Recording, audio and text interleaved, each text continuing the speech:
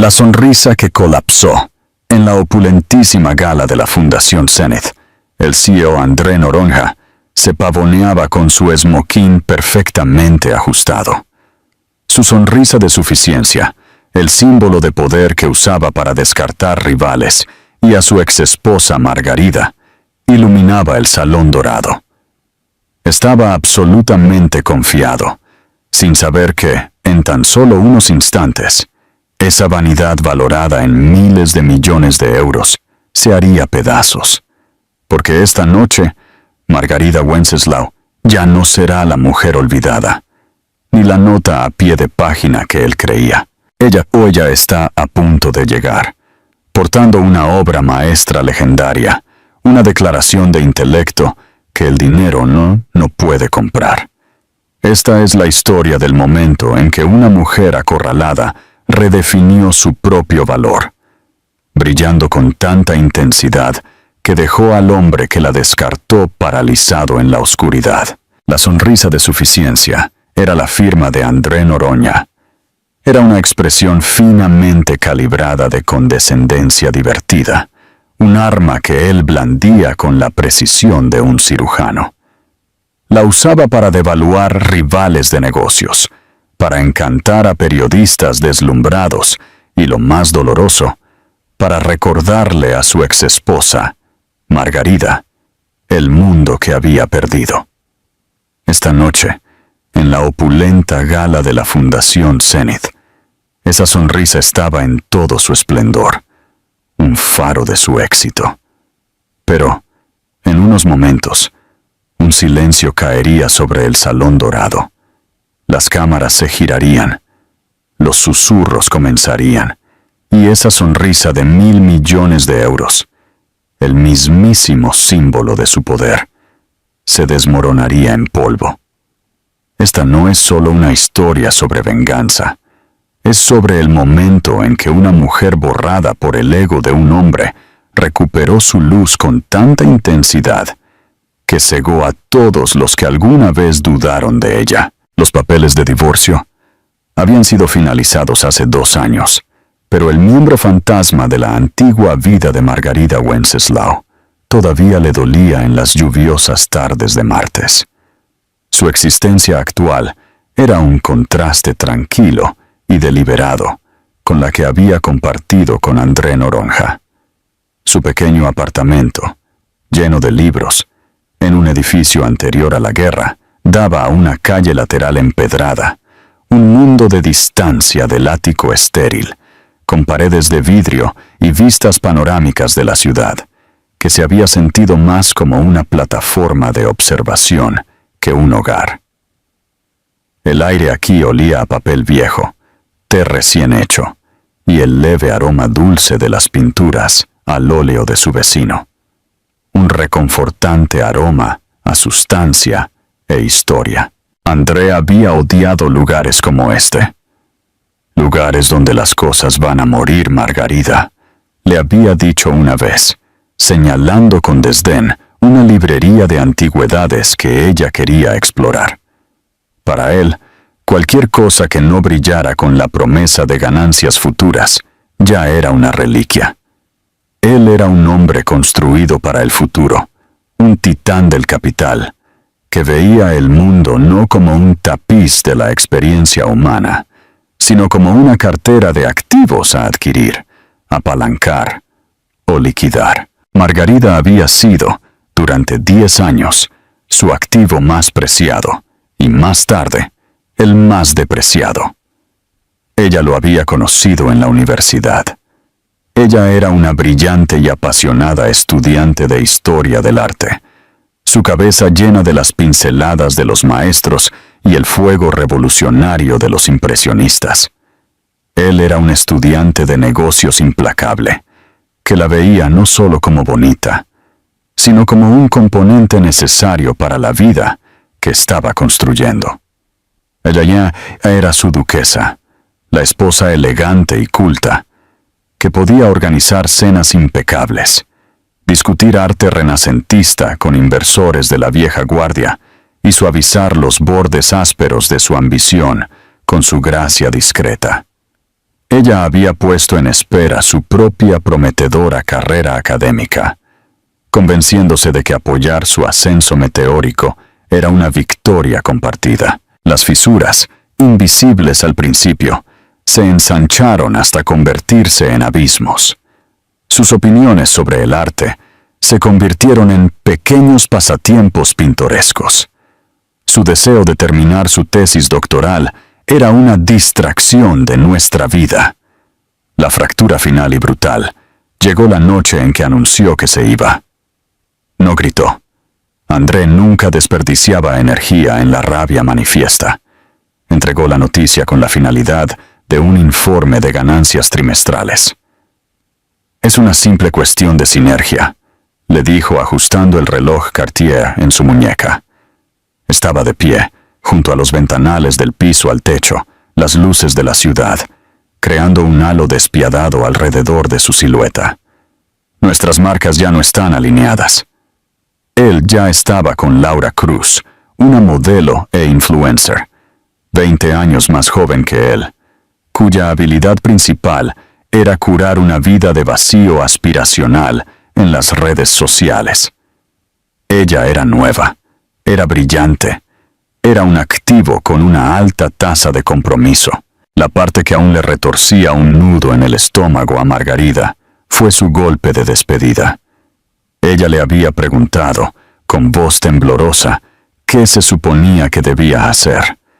Él se había girado y, por primera vez, ella vio el desprecio total y sin barniz en sus ojos, acompañado por ese característico sonrisa de suficiencia.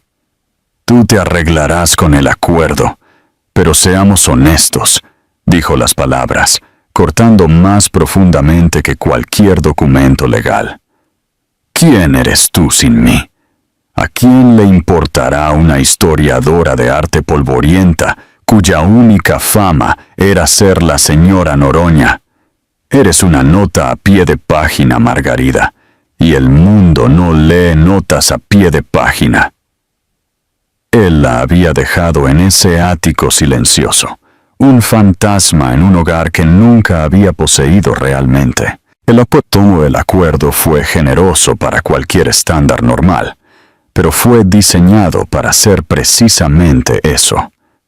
Un acuerdo, suficiente para mantenerla callada y cómoda, pero no suficiente para tocar la estratosfera de riqueza e influencia que él habitaba. Era dinero para callar una década de su vida.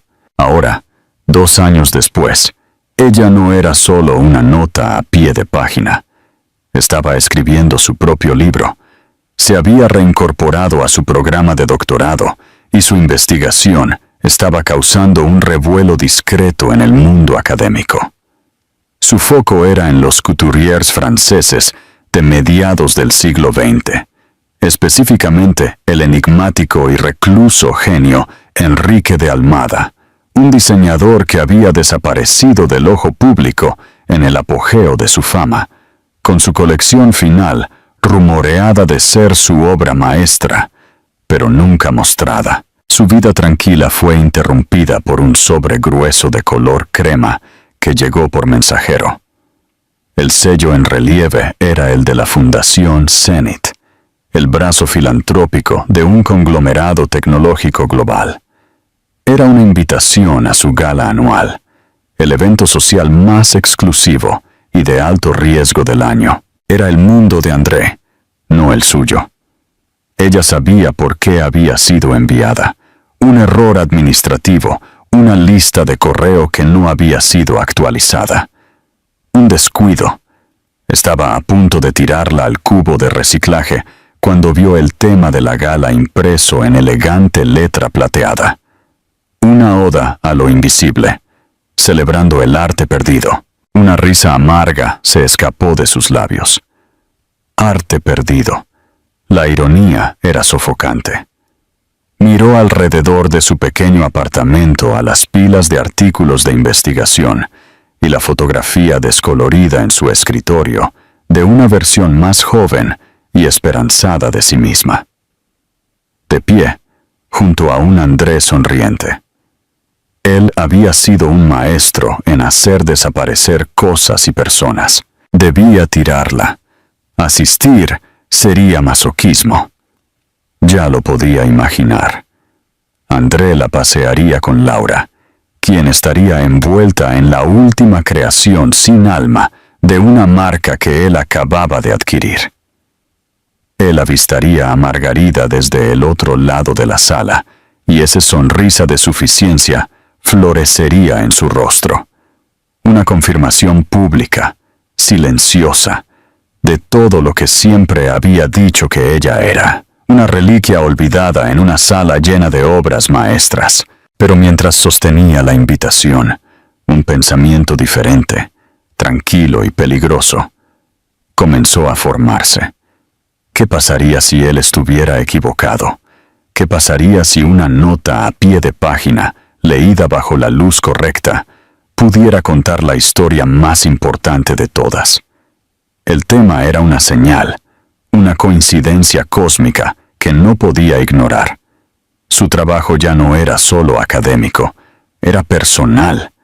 Se trataba de dar voz a lo invisible, a lo olvidado, a las cosas brillantes que habían sido encerradas en la oscuridad. Colocó la invitación en su escritorio, una promesa silenciosa para sí misma. Pueden escuchar. Pero por primera vez en 2 años sintió el palpitar de una lucha que pensó que se había extinguido para siempre. La investigación de Margarida sobre Enrique de Almada se había convertido en una obsesión. Él era un fantasma en el mundo de la moda. A diferencia de sus contemporáneos, Dior o Balenciaga, que construyeron imperios duraderos, de Almada fue una estrella fugaz. Durante un breve período incandescente a finales de la década de 1900, su trabajo fue considerado revolucionario. No solo diseñaba ropa, esculpía con tela, creando vestidos que eran maravillas arquitectónicas y declaraciones profundamente emocionales. Era un artista cuyo medio era la seda y el hilo. Luego, en 1961, simplemente se desvaneció. Su atelier parisino fue cerrado, su personal despedido y su colección final, la más anticipada, rumoreada de ser nombrada la Cascada Celeste, nunca fue vista por el mundo. La historia oficial era que había sufrido un colapso, abrumado por las presiones de la industria. Pero Margarida, juntando fragmentos de los diarios de sus ex costureros y oscuros diarios de arte, creía otra cosa. Creía que había creado una obra maestra final, tan perfecta, tan personal, que no pudo soportar lanzarla al mundo comercial que había llegado a despreciar. Había elegido convertirse en un mito en lugar de una marca. Su orientador académico, el profesor Gabriel Diniz, un hombre con un rostro amable y una mente tan afilada como un clavo, era su mayor defensor. El establishment piensa que de Almada es un callejón sin salida, Margarida, le dijo durante una de sus reuniones semanales, mirando por encima de sus gafas, a sus notas meticulosamente organizadas. Ellos ven su desaparición como un fracaso, tú la ves como una declaración. Por eso tu tesis será innovadora. Encuentra la declaración. Las IPs. La invitación para la gala Zenith se posó en su escritorio como un reloj que marcaba el tiempo. ¿El tema? Una oda a lo invisible, la carcoma. Era un mundo de apreciación performativa, donde los multimillonarios citaban por pinturas redescubiertas para obtener una deducción fiscal, no porque entendieran su valor. Era el mundo de André. Él sería copresidente, su nombre impreso justo debajo del logo de la fundación. Daría un discurso sobre innovación y legado.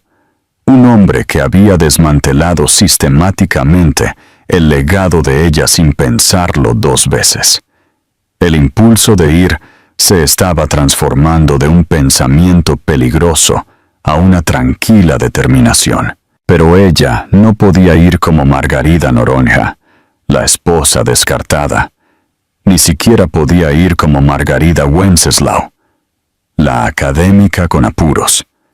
Si iba a entrar en esa madriguera del león, tenía que estar armada, no con joyas o un vestido de diseñador de estantería, sino con algo que representara su trabajo, su mente y su alma. Tenía que ser la encarnación de su tesis. El avance se produjo un jueves frío y lluvioso. Estaba en la biblioteca de colecciones especiales de la universidad, examinando un lote de cartas recientemente adquirido del patrimonio de un crítico de arte parisino que había sido contemporáneo de Almada. La mayoría eran correspondencias profesionales secas, pero escondido en la parte trasera de un diario, encuadernado en cuero, había un pequeño sobresellado hecho de papel frágil y amarillento. No tenía dirección. Su corazón latió contra sus costillas mientras lo abría cuidadosamente con un abrecartas de conservación. Dentro había una única hoja de papel, una carta personal del propio Enrique de Almada. La caligrafía era una escritura elegante, inclinada hacia adelante, llena de lazos apasionados y trazos afilados y decisivos. Mi querido Jean-Pierre, tenías razón. El mundo no quiere arte, quiere comercio, quiere poseer, etiquetar, reproducir, hasta que el alma de la cosa se vaya. He creado algo que no se puede comercializar. No es un vestido, es el eco de una supernova, la sensación de luz estelar en la piel. Lo he mostrado a una única persona, mi musa, la única que entiende que la belleza no es una posesión.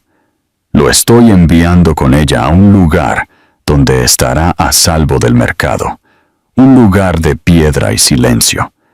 Mi cascada no será una mercancía, será un secreto. A Margarida se le cortó la respiración. Esta era la primera prueba concreta de que la cascada celeste no era solo un mito. Existía y no estaba destruida, estaba escondida. La carta no nombraba a la musa ni la ubicación, pero había una pista más.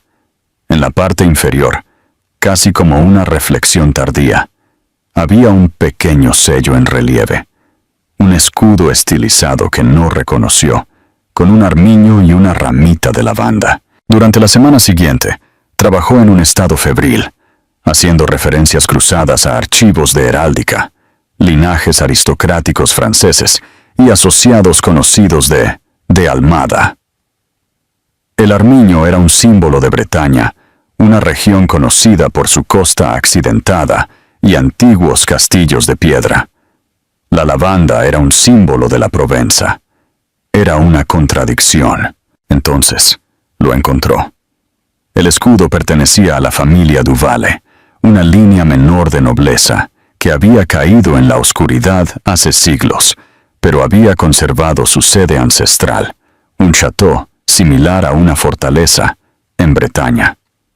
La última matriarca conocida de la familia, una mujer llamada Isolda Duvale, había sido una célebre mecenas de las artes en la década de 1950, conocida por su belleza etérea y su desdén por la publicidad. Ella había sido la musa de Almada, e Isolda había muerto en la década de 1980, soltera y sin hijos. La propiedad y su contenido se habían entregado a una fundación privada, gobernada por una junta notoriamente secreta, la Fundación Duvale. Un lugar de piedra y silencio. Sus dedos temblaron mientras escribía el nombre en un motor de búsqueda. La fundación no tenía presencia pública, ni sitio web, solo una dirección postal para un bufete de abogados en París. Era una fortaleza diseñada para mantener al mundo fuera. El profesor Diniz estaba asombrado. Margarida, esto es más que una tesis. Este es un redescubrimiento de importancia monumental. Si ese vestido existe, Dios mío, sería el descubrimiento del siglo para la historia del vestuario. Tengo que intentar verlo, dijo ella, con la voz apenas un susurro. Son notoriamente difíciles, advirtió él. Le han negado el acceso a académicos del Louvre y del Met. No les importa la fama ni el prestigio. Lo sé, respondió Margarida con una mirada distante. Por eso podría tener una oportunidad. No quiero exhibirlo. No quiero monetizarlo. Solo quiero entenderlo. Quiero contar su historia. Pasó 3 días redactando una carta. No la escribió como una académica en busca de acceso. La escribió como una historiadora que entendía el deseo final del diseñador. No mencionó el vestido por su nombre. En su lugar, escribió sobre la filosofía de Almada, sobre su rechazo al comercio, sobre la santidad del arte creado puramente por sí mismo. Citó de su carta, recién descubierta. Les dijo que no quería poner su secreto en exhibición, sino honrarlo documentando su historia para la posteridad, asegurando que el genio detrás de él nunca fuera realmente olvidado. Incluyó una copia de la carta de Almada como prueba de su descubrimiento. Envió la carta por correo certificado al bufete de abogados parisino. Pasaron semanas. La gala se acercaba. Menos de un mes. No supo nada. El desespero comenzó a aparecer. Tal vez era una misión inútil. Tal vez debía quedarse en casa, dejar que la noche pasara y continuar su vida tranquila. Entonces, una mañana, apareció un correo electrónico en su bandeja de entrada. El remitente era simplemente Delacroix. ¿El asunto? Relativo a su consulta. El mensaje fue breve y directo. Su carta fue convincente. Parece entender la intención del artista. La Junta concedió una reunión preliminar. Esté en el Château Duval. Viernes, 10 horas. No se retrase. Será puesta a prueba. Margarida miró la pantalla. Su corazón latía a un ritmo frenético contra sus costillas. Iba al lugar de piedra y silencio. Estaba a punto de encontrarse cara a cara con los guardianes del secreto. Y todo su futuro, tanto académico como profundamente personal, dependía de lo que sucediera a continuación. El viaje al Château Duval se sintió como una peregrinación. Después de un viaje en tren a Bretaña, alquiló un coche pequeño y condujo durante horas a través de un paisaje de campos azotados por el viento y afloramientos de granito que se volvían más severos e imponentes con cada kilómetro. El château en sí no apareció hasta que dobló una última curva cerrada. No era un castillo de cuento de hadas, sino una fortaleza formidable. Sus paredes de piedra gris se erguían de un promontorio rocoso con vistas al agitado Atlántico. Era un lugar construido para resistir asedios. Un santuario perfecto para un secreto. Hombre de aspecto severo con un traje oscuro la recibió en las enormes puertas de roble y la condujo a través de una serie de fríos corredores de piedra resonantes, siendo sus pasos el único sonido. El aire era denso con aroma a sal marina y cera de abejas. No había adornos dorados ni decoraciones lujosas. La belleza del château estaba en su permanencia austera e inquebrantable. Fue conducida a una biblioteca. A diferencia del resto del château, esta división estaba viva con calor. Un fuego crepitaba en una chimenea lo suficientemente grande como para estar de pie, y cada pared estaba revestida del suelo al techo con antiguos libros encuadernados en cuero. Sentada en una silla de ala de respaldo alto junto al fuego, estaba una mujer que podría tener entre 60 y 80 años. Su pelo plateado estaba recogido en un moño austero y vestía un tailleur de cachemira gris simple, pero impecablemente cortado. Su rostro era una máscara de escrutinio inteligente. Sus ojos oscuros no perdían nada. «Mademoiselle Wenceslao», dijo, con la voz nítida y desprovista de calor. «Soy Don Maete da Cruz. Soy la ejecutora de la herencia Duvale. Gracias por haber venido. Por favor, siéntese». Margarida se sentó frente a ella, con las manos fuertemente agarradas en su regazo, para evitar que temblaran. Esta era la prueba. La señora da Cruz no perdió tiempo con cumplidos. Su carta fue audaz. Usted afirma comprender los deseos finales de Enrique de Almada. Muchos han hecho afirmaciones similares. Llegan con propuestas de Sotheby's, con equipos de filmación, con promesas de giras por museos globales.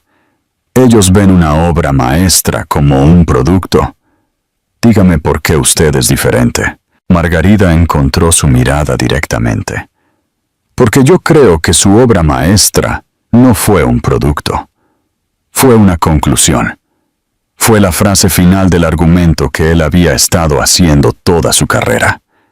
Que un vestido puede ser una obra de arte tan profunda que trasciende su función. La señora da Cruz levantó una ceja escéptica. Un sentimiento encantador, pero el sentimiento no preserva la historia. Hablemos de detalles. ¿Usted cree que la colección se llamaba La Cascada Celeste? ¿Por qué? Durante la hora siguiente, Margarida fue sometida a un riguroso examen oral. Las preguntas de la señora da Cruz fueron quirúrgicamente precisas, diseñadas para exponer cualquier vacío en su conocimiento. Le preguntó sobre las técnicas de costura de Almada, su método único de drapeado de tela directamente sobre la forma, sus influencias filosóficas, la composición química específica de los colorantes que él favorecía. Fue más intenso que cualquier defensa de doctorado. Margarida respondió a cada pregunta.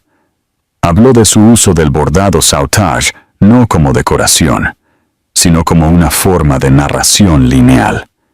Explicó cómo fue pionero en el uso de un hilo ligero de seda y aleación de metal, que permitía que sus creaciones mantuvieran su forma como si desafiaran la gravedad.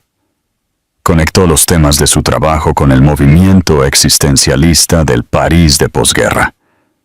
No solo estaba recitando hechos, estaba tejiendo una narrativa, mostrando una profunda comprensión holística del hombre y su arte. Finalmente, la señora da Cruz se calló. Sus dedos se entrelazaron delante de sus labios, sus ojos fijos en Margarida.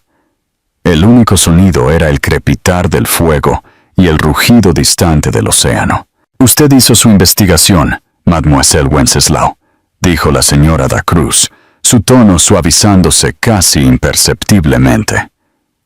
Pero el conocimiento no es lo mismo que el respeto. La pieza final de la colección, la que mencionó en su carta su amigo crítico, no es solo un vestido.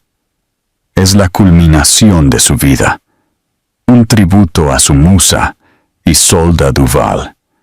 Él lo hizo para ella y solo para ella. Cuando ella murió, su testamento estipulaba que nunca debía ser exhibido, nunca vendido, ni siquiera fotografiado. Debe permanecer aquí un testimonio silencioso. «Yo entiendo», dijo Margarida en voz baja, «y yo nunca pediría romper esa confianza.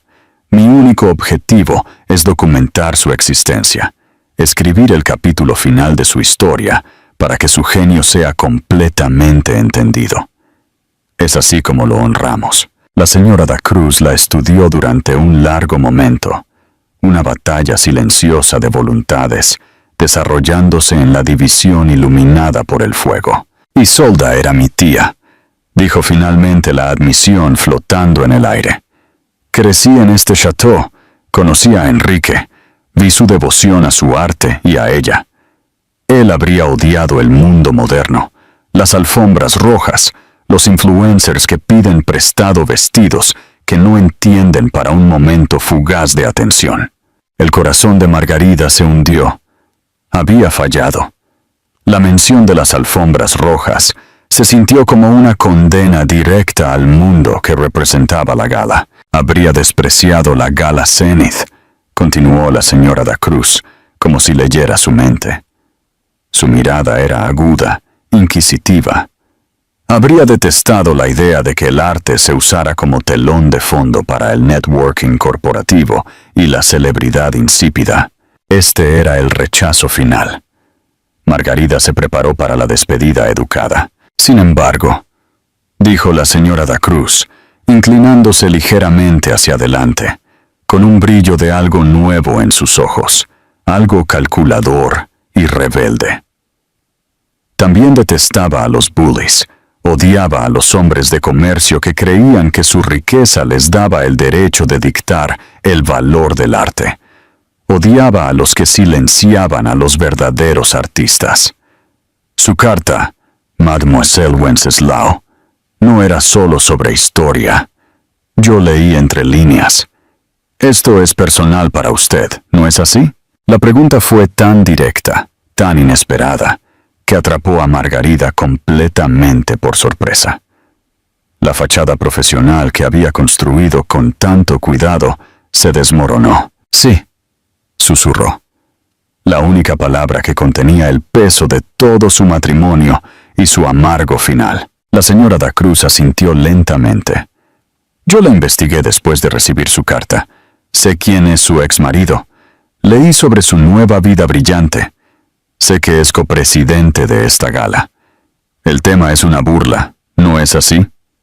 Una oda a lo invisible, organizada por un hombre que no ve nada que no pueda comprar. Una extraña y emocionante alianza parecía estarse formando en la antigua biblioteca. La junta de esta fundación está obligada por el testamento de mi tía, dijo la señora da Cruz, una leve y peligrosa sonrisa surgiendo en sus labios. El vestido nunca puede ser vendido ni exhibido públicamente en un museo. Pero el testamento es muy específico. No dice nada acerca de que sea usado, apenas una vez, por alguien que entienda lo que representa. A Margarida se le cortó la respiración. No podía ser que quisiera decir: «Usted desea escribir el capítulo final de la historia de Enrique de Almada», afirmó la señora da Cruz, su voz ahora cargada de una nueva energía. Tal vez sea la hora de que ese capítulo reciba una lectura pública. Sería una declaración que el propio Enrique habría apreciado. Un acto de arte puro, no comercializado, en el corazón mismo del mundo comercial. Se puso de pie, su postura regia. «Venga conmigo, Mademoiselle Wenceslao. Permítame mostrarle por lo que usted ha estado luchando». La señora de Maete da Cruz guió a Margarida desde la biblioteca, subiendo una sinuosa escalera de piedra hasta un ala del chateau, que estaba claramente intacta por el tiempo. El aire se volvió más fresco, con aroma a cedro y lavanda seca. Se detuvieron ante una pesada puerta de madera con tiras de hierro. La señora da Cruz sacó una vieja llave de latón ornamentada y la giró en la cerradura. El clic resonó en el silencio. El interior era un santuario. Era una cámara circular en la cima de una torre, con ventanas altas y arqueadas que daban al salvaje Atlántico.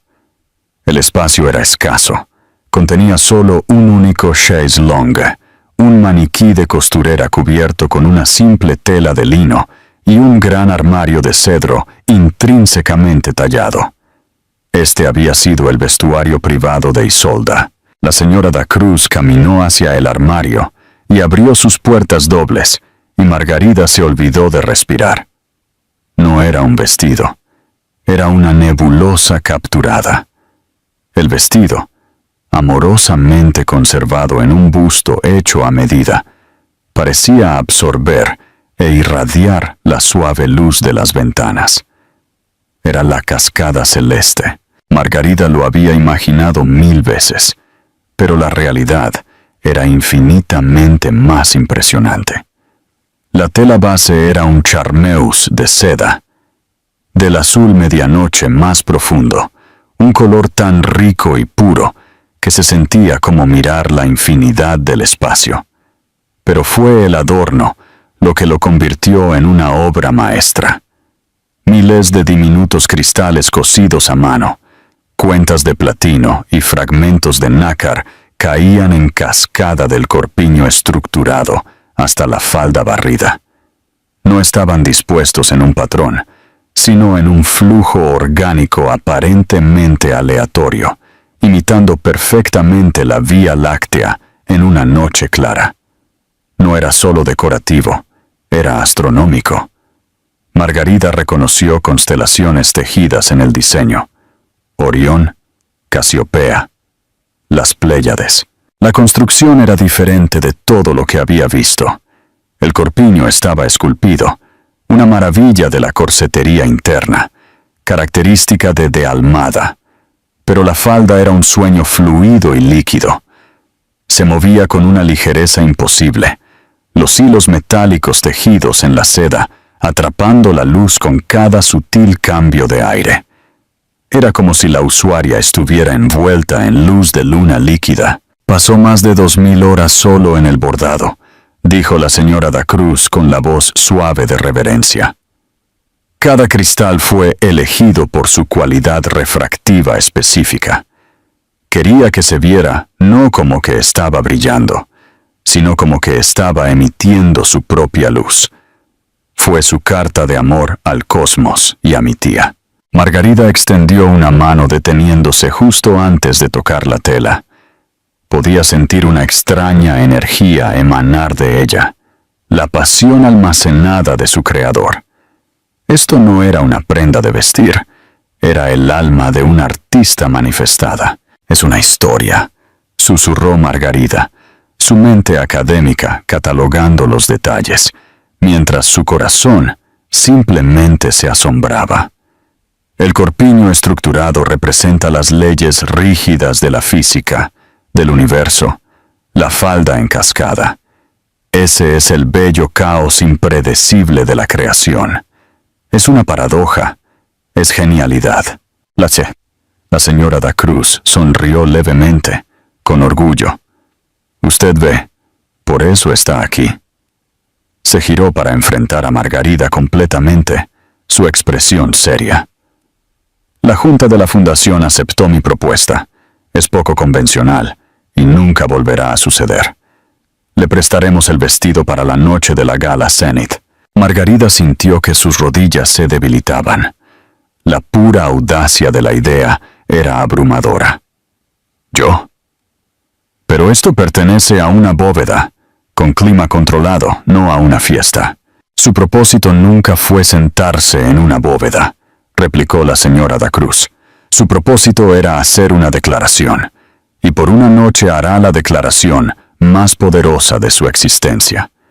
Un secreto sacado a la luz por una sola noche, para recordarles a todos cómo es el verdadero valor. Pero hay condiciones, Mademoiselle Wenceslao, condiciones estrictas. Lo que sea, jadeó Margarida. Primero, no hablará de sus orígenes a la prensa. Cuando le pregunten quién viste, dirá el nombre Enrique de Almada. Que se retuerzan, que el misterio sea parte de la declaración. Segundo, será acompañada por nuestro jefe de conservación, quien manejará el vestido en todo momento, antes y después del evento. No se puede alterar de ninguna manera. Debe asentarse perfectamente, tal como es. De Maite da Cruz rodeó a Margarida, su ojo experto evaluando su figura, con la precisión de un couturier. El vestido había sido hecho para Isolda, una mujer conocida por su gracia alta y esbelta. Margarida, aunque no era modelo, tenía una constitución similar, un golpe de suerte cósmica. Y tercero, y esto es lo más importante, continuó la señora da Cruz, su mirada fija en la de Margarida. Usted no está usando este vestido para avergonzar a su exmarido. La reacción de él es irrelevante. Está usándolo como representante de esta fundación, como académica y como guardiana del legado de Enrique de Almada. Encarnará el espíritu con que fue hecho. Gracia, inteligencia y un profundo respeto por el arte sobre el artificio. No está allí para comenzar un drama. Está allí para terminar un debate sobre lo que tiene verdadero valor. ¿Comprendía ella el peso de la responsabilidad? Era inmenso, mucho más pesado que el propio vestido. Ya no se trataba de una victoria personal sobre André. Se trataba de convertirse en un recipiente vivo para una pieza perdida de la historia. Se trataba de demostrar su propia valía al defender la valía de otro.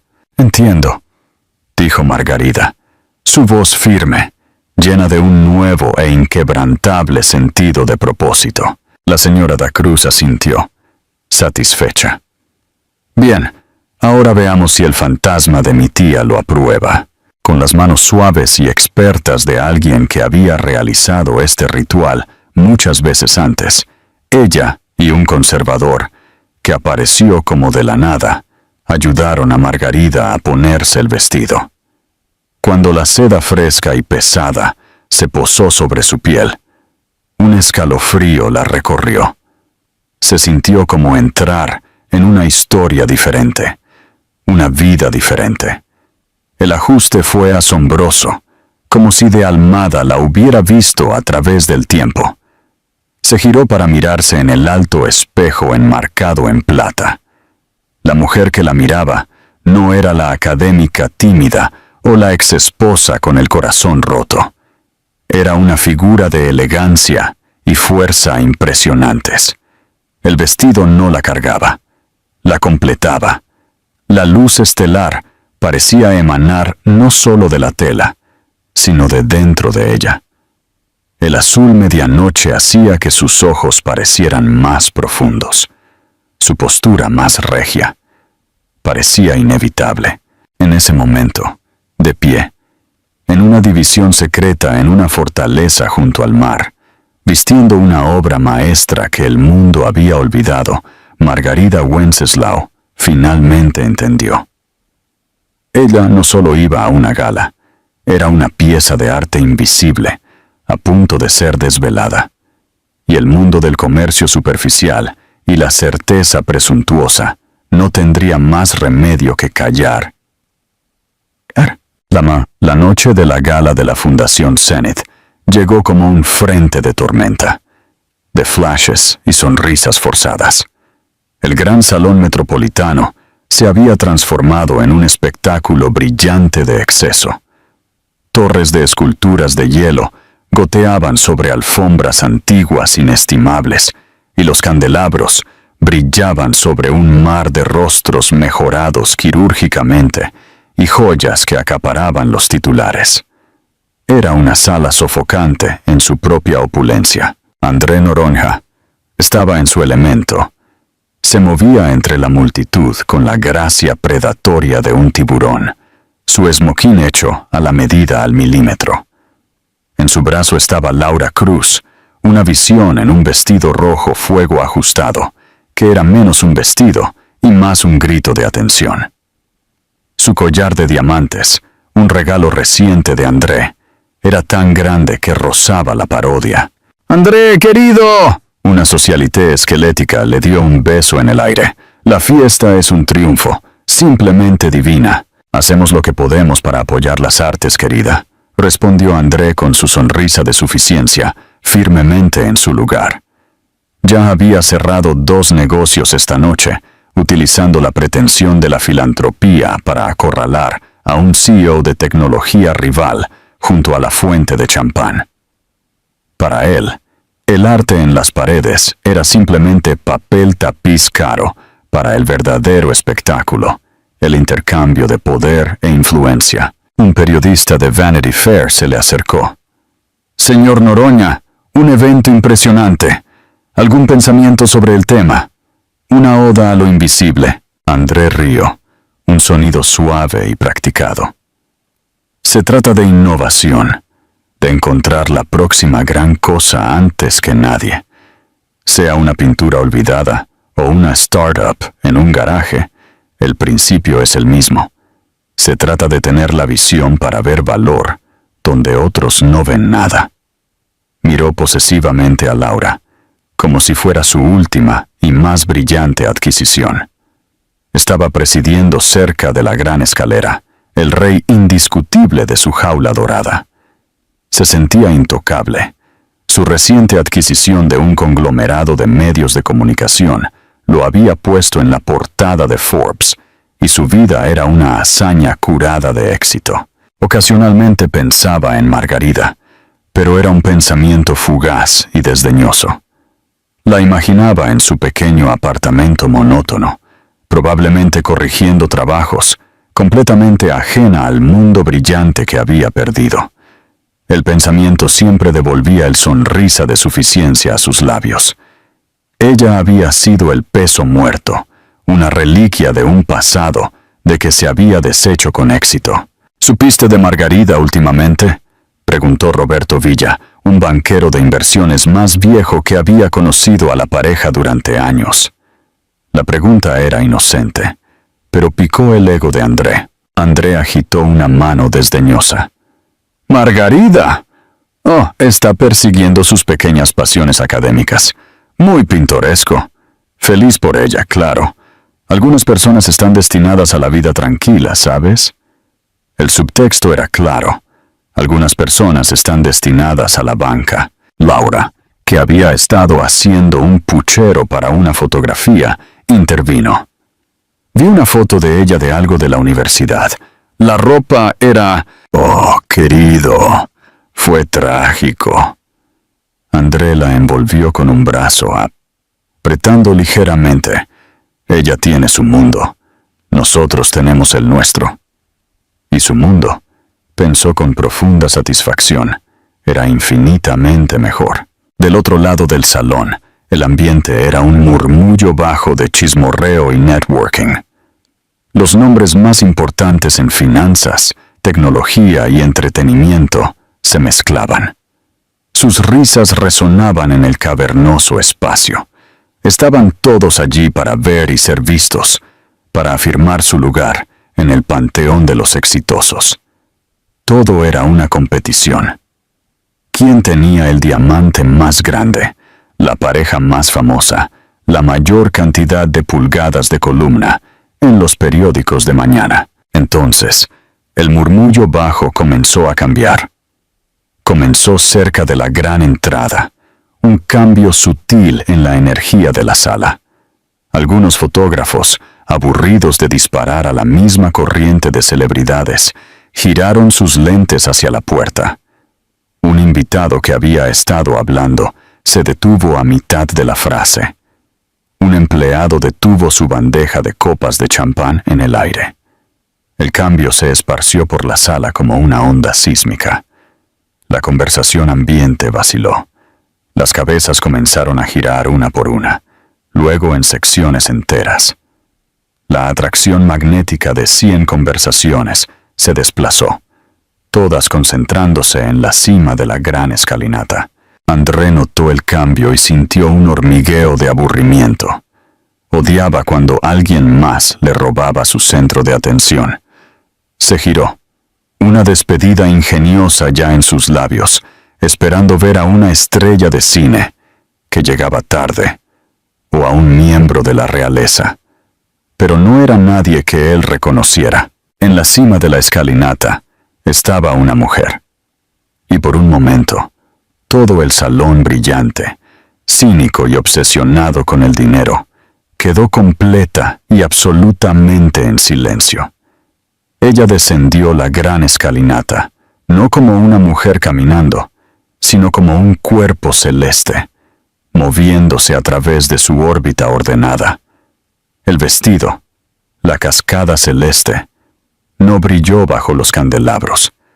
Pareció ingerir la luz y reemitirla como algo más puro, más suave. La seda de medianoche fluía a su alrededor, una pieza del cielo nocturno caída a la tierra, las constelaciones en su superficie cambiando con vida propia. No usaba joyas ostensivas, solo un par de simples y elegantes pendientes de diamantes. Su pelo estaba recogido en un chiñón clásico, su rostro sereno, su postura irradiando una confianza tranquila e inquebrantable.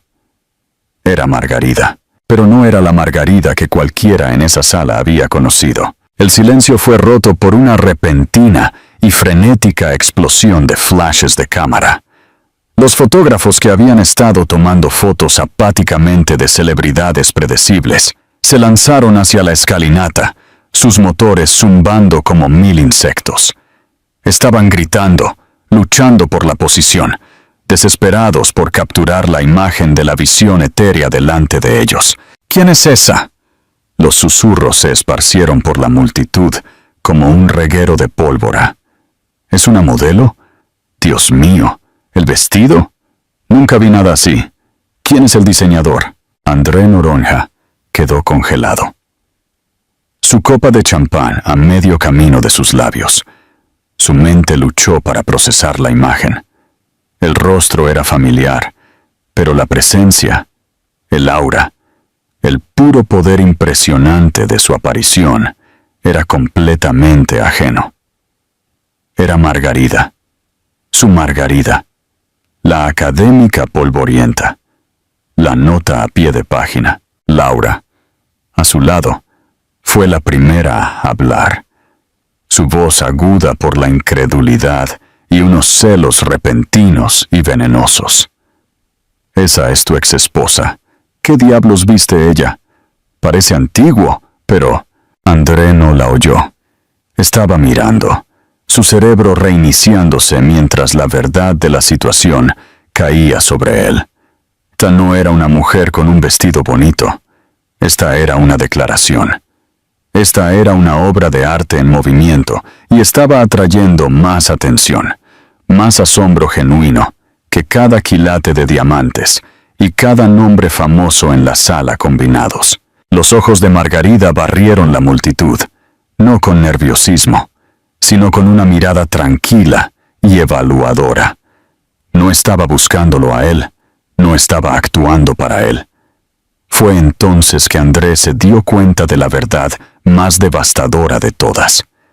La presencia de ella allí no tenía absolutamente nada que ver con él. Cuando llegó al pie de la escalinata, las personas más poderosas de la sala comenzaron a gravitar hacia ella, no con la prisa aduladora de los trepadores sociales, sino con la genuina curiosidad de los verdaderos conocedores. El señor Abel Campos, el director notoriamente exigente del Museo Nacional de Arte Antigua, fue el primero a llegar a su lado. «Mi querida», dijo Campos a su voz baja con reverencia, sus ojos fijos en el vestido. «Debo confesar que estoy perplejo. Nunca vi una pieza así. La artesanía es sublime. ¿Quién es el diseñador?»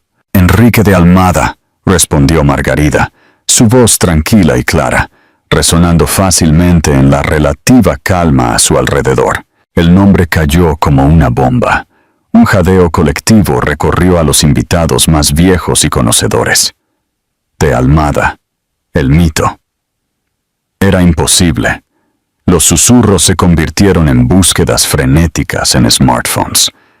La leyenda de la colección perdida de la Cascada Celeste comenzó a sonar. André observó paralizado. Vio al director de la colección de moda, del Museo del Diseño y de la Moda, Moody, abrirse camino entre la multitud para ver más de cerca. Vio a Ana Tavares, la gran sacerdotisa de la moda, observando a la distancia con una expresión de intensa concentración. Margarida no solo vestía un vestido, cargaba un evento histórico, y entonces sus ojos se encontraron. A través del mar de rostros atónitos, André miró a la mujer que había descartado. Esperaba ver triunfo en sus ojos, una mirada vengativa o una sonrisa de suficiencia que reflejara el suyo. No vio nada de eso.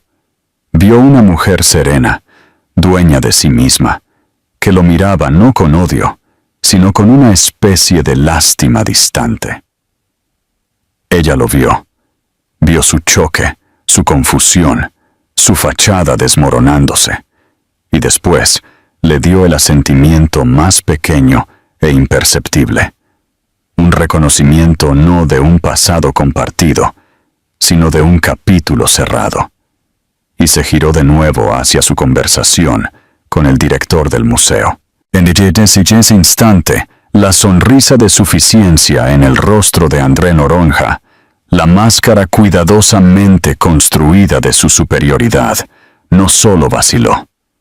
Se evaporó.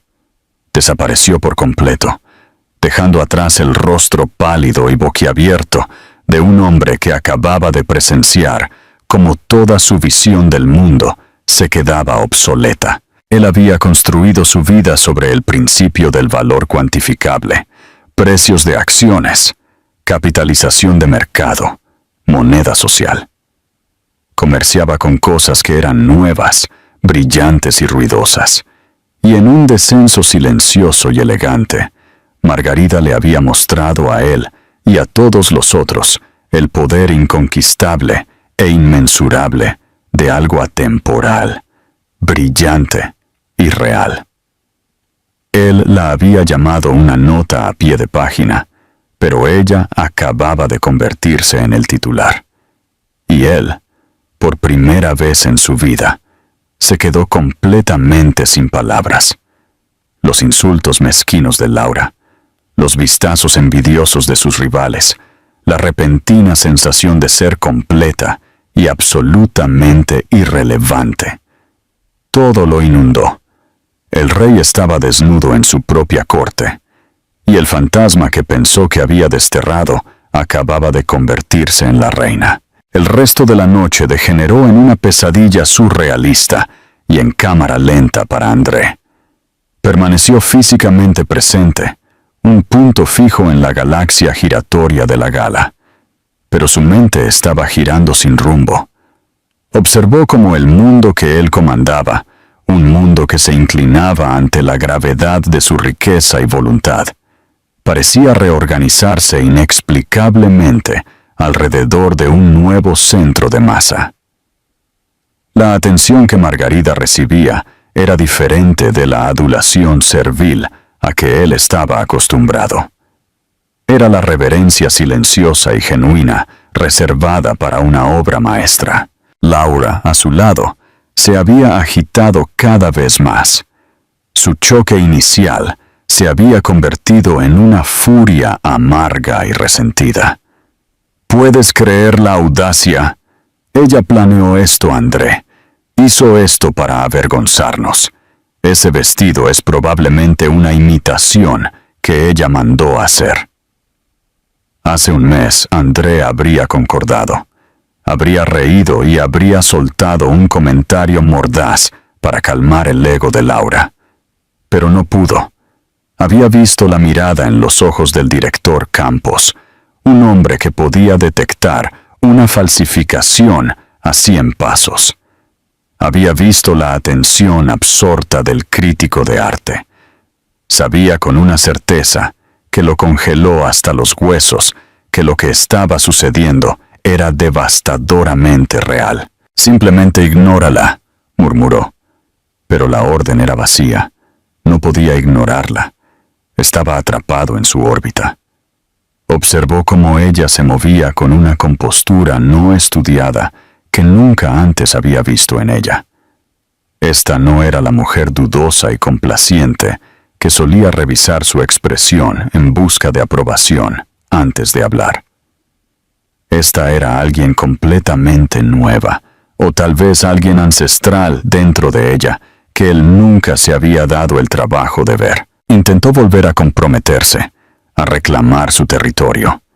Acorraló a un joven senador para hablar de política y financiación, pero vio que los ojos del hombre se dirigían por encima de su hombro hacia el creciente círculo alrededor de Margarida. Intentó hacer una broma con Roberto Vila, el banquero, que respondió con una sonrisa distraída, su mirada también fija en la mujer del vestido de medianoche. Era como si André se hubiera convertido en un fantasma en su propio festín. El poder que proyectaba, el aura intimidante de su éxito, estaba siendo completamente neutralizada, absorbida por la tranquila presencia luminosa de su exesposa. No pudo soportar más. Era una compulsión física, una necesidad impulsada por el ego de confrontar la anomalía, de entenderla y, al entenderla, de alguna forma contenerla y controlarla de nuevo. Necesitaba restablecer la narrativa. Él era el titán. Ella era la nota a pie de página. Se excusó de los murmullos tóxicos de Laura y comenzó a caminar hacia la terraza, donde Margarida estaba bañada en la luz fría de la luna, hablando con un pequeño grupo cautivado. Cada paso se sintió como caminar en melaza. Sintió cientos de ojos en sus espaldas, percibiendo la inminente confrontación. Enderezó los hombros, invocando los últimos vestigios de su valentía. Él era André Noronha. No lo ofuscarán. Margarida, dijo, su voz saliendo más tensa y forzada de lo que pretendía. El efecto fue instantáneo. El pequeño grupo de admiradores, que incluía un renombrado historiador de arte y un multimillonario de la tecnología que acababa de prometer millones a la fundación, leyó la tensión en el aire. Con miradas educadas y cómplices, ofrecieron tranquilos despidos a Margarida y se fundieron de nuevo en la fiesta, dejándolos los dos solos en el precipicio entre el salón brillante y la noche oscura y silenciosa. La repentina quietud fue ensordecedora. De cerca, el efecto del vestido era aún más profundo. No era solo ropa, era una atmósfera. Se sintió pequeño a su lado, terrestre y crudo. Tenía que recuperar el control. El vestido comenzó. La palabra sonando inadecuada, tan pronto como salió de sus labios. Gesticuló vagamente hacia la maravilla cósmica que ella llevaba. ¿Es algo impresionante? ¿Un hallazgo afortunado en una tienda vintage?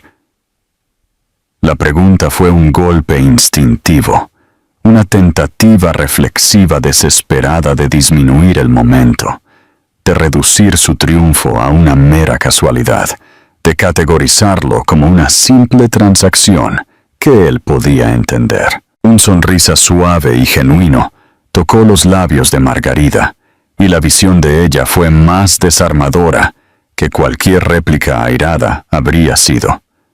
No era una sonrisa de triunfo o malicia, era una sonrisa de libertad pura y no adulterada, y fue completamente devastador. No, André, no es de una tienda, dijo su voz perfectamente nivelada, cargando el peso tranquilo de la verdad innegable. Es la pieza central de mi tesis doctoral. Es la obra maestra perdida de Enrique de Almada, La Cascada Celeste. Me fue prestado para la noche por la Fundación Duvale, el patrimonio privado que protege su legado. Cada palabra fue una carga cuidadosamente colocada que detonó un pilar de su visión del mundo. Tesis doctoral, el trabajo de que él había bromeado. Obra maestra, el tipo de valor que él decía entender, pero claramente no entendía. Prestado a mí. La frase más crucial y aniquiladora. Esto no era algo que ella había comprado con su dinero del acuerdo, un uso desafiante final de su propio poder contra él. Esto era algo que ella había ganado. Era una recompensa por su intelecto, su dedicación, su pasión. Todas las partes de ella que él había considerado inútiles. ¿Tú lo encontraste? La pregunta salió como un susurro ahogado. Sintió que el fundamento de su superioridad se agrietaba bajo sus pies. Se suponía que el mundo no funcionaba de esta manera. El valor provenía del capital, de la adquisición, de la fuerza de voluntad. No provenía de libros polvorientos e historias olvidadas. «Lo hice», dijo ella simplemente, sin ofrecer más detalles, permitiendo que el inmenso peso de ese logro se instalara sobre él. «Mi trabajo me llevó a él». Buscó en su arsenal mental su característico sonrisa de suficiencia. Era su escudo, su arma, su signo de puntuación en cada conversación. Pero había desaparecido. Sus músculos faciales habían olvidado cómo formar la expresión. En su lugar, había una vulnerabilidad hueca y abierta. Él había pasado años construyendo un imperio de cosas que podían ser compradas, vendidas y apalancadas.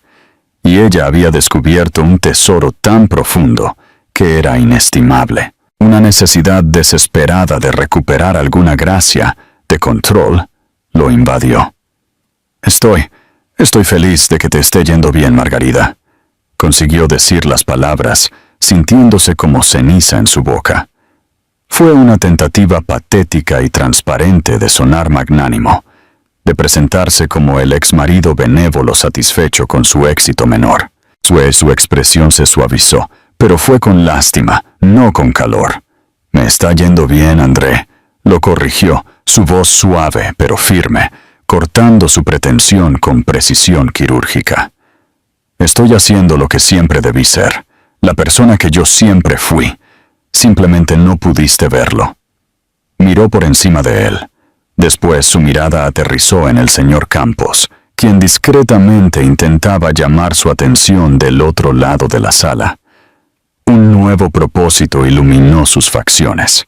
«Oh, ahora sí me das licencia», dijo su tono cambiando de personal a profesional. Una clara despedida. El director Campos acaba de ofrecer, en nombre del museo, financiar el último año de mi investigación. También quieren publicar mi tesis como título principal para su editora el próximo otoño. Tenemos mucho que discutir. Y, con eso, ella se giró. No se fue furiosa. Simplemente siguió adelante, arrastrada por la atracción de un futuro que había construido para sí misma. Un futuro en que él no tenía parte. La cascada celeste de su vestido fluyó detrás de ella. Un río de luz estelar apagando la recordación de su presencia. André se quedó congelado en la terraza, los sonidos de la gala detrás de él pareciendo distantes y sin sentido. Estaba rodeado por 1000 de las personas más poderosas del mundo. Sin embargo, nunca se había sentido tan completa y absolutamente solo. Él la había llamado una nota a pie de página. La palabra resonó en su mente, un monumento a su propia ceguera espectacular. Lo vio ahora con claridad nauseabunda. Él no había sido el autor de su historia, permitiéndole benevolentemente una pequeña mención. Él solo había sido una única frase mal escrita en el prefacio, un obstáculo menor, un poco de conflicto precoz que ella tuvo que superar antes que pudiera comenzar la magnífica y arrebatadora narrativa de su vida real. Margarida no miró hacia atrás. Pasó otros 20 minutos en una discusión animada y alegre con Campos, finalizando los detalles de un futuro que apenas podría haber soñado. Después, acompañada por el conservador silencioso y vigilante, recuperó su simple abrigo y caminó hacia la salida. Se deslizó más allá de los invitados boquiabiertos y de las cámaras aún disparando flashes, su misión cumplida. Mientras salía para el aire fresco y limpio de la noche, dejando atrás el artificio sobrecalentado de la gala, no sintió alegría vengativa. Solo había una profunda sensación de paz, de rectitud.